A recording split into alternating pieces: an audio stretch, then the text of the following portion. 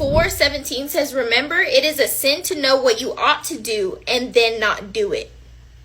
This was a sin that I was heavily convicted of last night during my Bible study.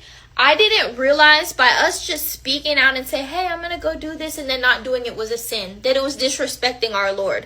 And I thought deeper into it, and I realized that this type of sin goes deeper into disrespecting yourself. How many times do you sit there and say, hey, I'm going to go to the gym later, and then you fall asleep? Or you scroll on your phone to the point where it's nighttime, now you need to do your bedtime routine, and then you don't end up going to the gym. Therefore, you're disrespecting your own body.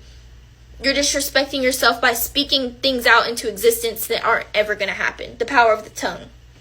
And it was just so heavily convicting, because also, how many times do you sit there, call a friend and say, hey, let's go out to lunch tomorrow, I'll pay, it's on me. And then you sit here and then you say, oh, you know what, let's reschedule because I'm just really tired, I had a long day.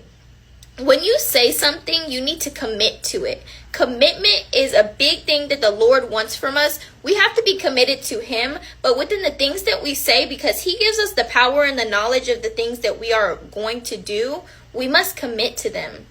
And it's just crazy to me to think that we disrespect ourselves so much by sitting here and saying, I'm going to go start that business. I'm going to go do it. And I'm going to start working on this at 2 o'clock. And then you sit here and say, oh, I'm lazy, or you get distracted by your phone.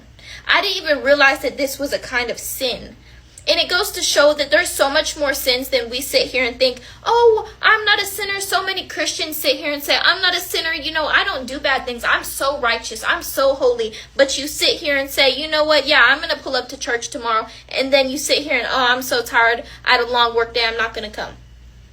With the power of your tongue, you need to commit to the things that you do. Okay? Convicted. I'm convicted.